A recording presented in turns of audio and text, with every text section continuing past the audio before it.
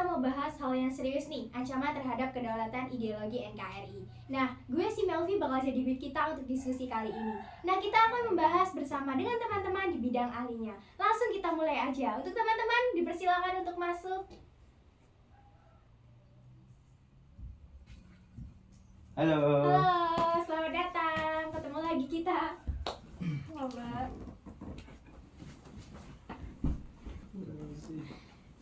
Nah, jadi kita akan membahas mengenai kedaulatan ideologi NKRI ini. Nah, tapi sebelumnya teman-teman boleh dong perkenalkan dirinya terlebih dahulu. Mulai dari sini. Perkenalkan, nama saya Rifki Waisa Bensaldi. Perkenalkan, nama saya Daniel Drastiawan. Dan saya Imel Putra Tambunan. Dan saya Rizya Novela. Nah, jadi selamat datang untuk teman-teman ya. Kita akan membahas diskusi untuk siang ini. Nah, sebelumnya bagaimana kabar kalian semua ini? Sebelumnya ini boleh dimakan kan? Boleh silakan, mangga. Nama cowok lapar kamu ini. Nah, jadi kesibukan Rifki akhir-akhir ini apa sih? Kalau kita boleh tahu. Kesibukan mungkin pacaran. Enggak, bercanda. Daniel emang Bercanda, lain enggak, emang bercanda. agak lain hari ini ya. Ya kesibukan mungkin nggak ada sih, main game di rumah. Dari Noel mungkin kesibukannya akhir-akhir ini. Ya, karena emang lagi pengangguran ya. Jadi nggak ngapa-ngapain sih, lagi bingung mau cari apa. Mbak Risha mungkin. Ya, kalau saya kan masih sekolah kan Mbak, ya berarti ngerjain tugas sibuk saya. Nah, jadi ya terima kasih ya untuk teman-teman yang udah mau luangin waktunya untuk kita boleh berdiskusi di siang hari ini. Nah, pertama-tama gue mau tanya ke kalian, menurut kalian itu kenapa sih kita perlu ekstra waspada terhadap ancaman ideologi negara kita? Nah, jadi tuh karena ideologi kita kan sebagai fondasi, kita sebagai anak-anak bangsa kan Mbak. Kalau misalkan fondasinya itu nggak kuat atau fondasinya itu goyah, pasti bangunannya itu juga akan runtuh kan Mbak. Jadi itulah kayak analoginya. Nah, tapi kalau menurutku sih radikalisme dan ekstremisme itu salah satu bentuk ancamannya. Nah, jadi banyak banget kasus yang bisa kita lihat di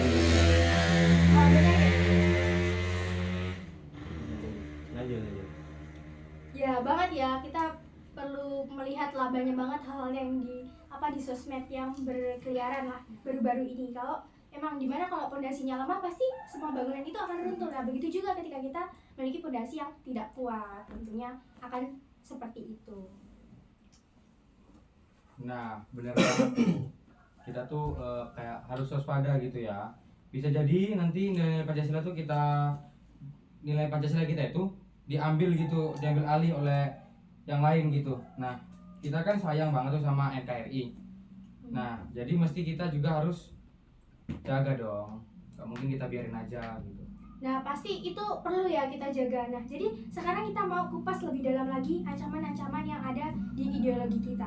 Nah, gimana menurut kalian? Mungkin dari Rifki dulu, gimana menurut Rifki? Kita perlu dorong masyarakat buat ikut berperang melawan ancaman ini.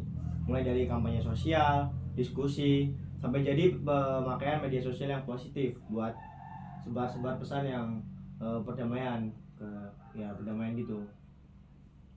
Itu menurut saya. Mungkin dari Malaysia. Kalau menurut saya tuh Mbak, kan pasti akan ada propaganda yang merusak nilai-nilai Pancasila kan Mbak. Betul. Nah, jadi makanya itu kita sebagai anak-anak muda ini kita harus benar-benar ekstra hati-hati nih. Ya, kita harus bisa memilih mana sih yang baik dan yang benar atau yang salah. Nah, menurut Daniel nih, sekarang kita udah ngerti kan ancamannya apa aja. Nah, gimana cara kita bisa ngadepin ancaman itu? Ya tentunya sih ini sih soal pendidikan ya, belajar. Kita juga harus belajar tentang apa itu Pancasila, bagaimana Pancasila itu dalam hidup kita. Seperti itu. Juga memahami karakter yang kuat supaya kita bisa menjadi benteng yang tangguh bagi negara ataupun menjadi pelindung. Ya, gue setuju banget sih apa yang dikatain sama Daniel ya. Mungkin dari Noel ada tambahan gitu. Nah ya nih, tambahannya ya, keluarga dan komunitas itu juga penting banget gitu ya buat proses pembelajaran gitu. Nah, kita perlu dukungan dari lingkungan sekitar, kayak misalnya ya, kayak sekitar kita ini lah. Kalau nggak ada nggak ada dukungan gitu dari lingkungan, mungkin kita juga susah untuk dalam masa belajar gitu ya. Nah, itu sih, kita juga harus bisa melawan radikalisme. Betul sih ya apa yang dikatain sama Noel. Nah mungkin dari Rifki ada tambahan mengenai gimana sih cara kita bisa menghadapi ancaman-ancaman yang ada mengenai ideologi kita. Jadi kita tuh perlu mendorong masyarakat tuh membuat berikut perang untuk melawan ancaman ini. Nah, mulai dari kampanye sosial, diskusi, sampai jadi pemakaian media sosial yang berdampak baik dan dapat juga menyebar postingan-postingan atau pesan yang perdamaian. Nah keren banget ya, dengan dorongan masyarakat tentunya kita bisa jadi lebih kuat untuk bisa menangkal radikalisme ininya. Jadi udah banyak banget nih wawasan yang kita dapat dari teman-teman. Nah jadi terima kasih banget buat teman-teman yang udah mau luangin waktunya, udah mau memberikan kita wawasan mengenai ancaman-ancaman ideologi ini. Nah kuatkan, mari kita bersama-sama menguatkan tekad kita untuk bisa untuk bisa tetap mempertahankan ideologi kita. Nah jadi sampai ketemu lagi ya, Tuhan Yesus memberkati.